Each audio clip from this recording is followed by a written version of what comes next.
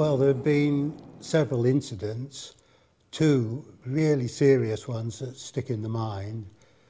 First one was in 1982 when the volcano Mount Wollongong went off, and there was a British Airways flight that was flying at 36,000 feet, and all the engines stopped, and the pilots had a nightmare of a time, but they got down to about 11,000 feet, and they managed to restart the engines. The second case was about 7 years later over Mount Redoubt in Alaska. In that case, they were at about 40,000 feet. All four engines stopped, and eventually they managed to restart and make a safe landing. Before the Wollongong incident, we all thought it was, oh, you just get a bit of wear on these blades because it's sandy and abrasive, and you might block up some holes in the turbines. That, of course, is a long-term deterioration. It doesn't stop the engines. The thing that stops the engines, and there was a very long and careful investigation, well, after both the events, but there was a huge report in the US Geological Survey, which is interesting that it's the geologists getting involved as well as the engineers, which shows that the contents of these volcanic clouds contain a lot of particles which are rather like glass.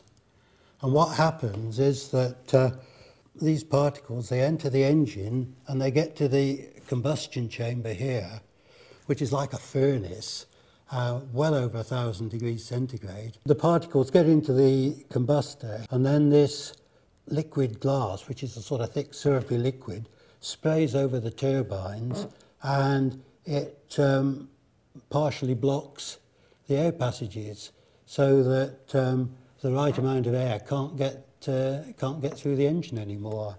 That's the fan, which sucks air in. That's the compressor, which compresses it.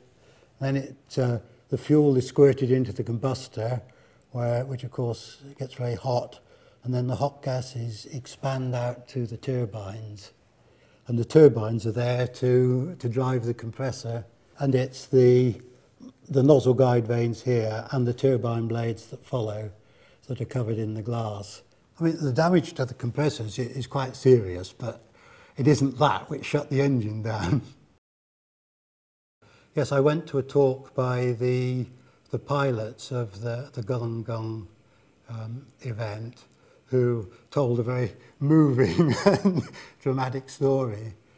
But the first thing they saw was sort of sparks and a glow of light in front of the windscreen, and the passengers could see flashes of light from the wing leading edges and streaks of flame or orange light coming out of both the back and the front of the engines, which was all these particles glowing.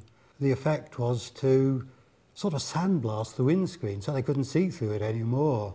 When they came into land, they had great difficulty, and one of the pilots was standing up and talking to the other pilot, and there was just a tiny clear bit of glass right at the edge of the windscreen, and they came in basically on instruments, but for the last bit you do need to see where you're going.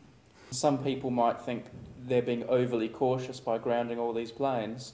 What do you think about that? The Wollongong passengers formed an association and have formed a club, and having been on an aeroplane for, I think it was something more than 11 minutes without power, and writing notes to your nearest and dearest and thinking your end had come.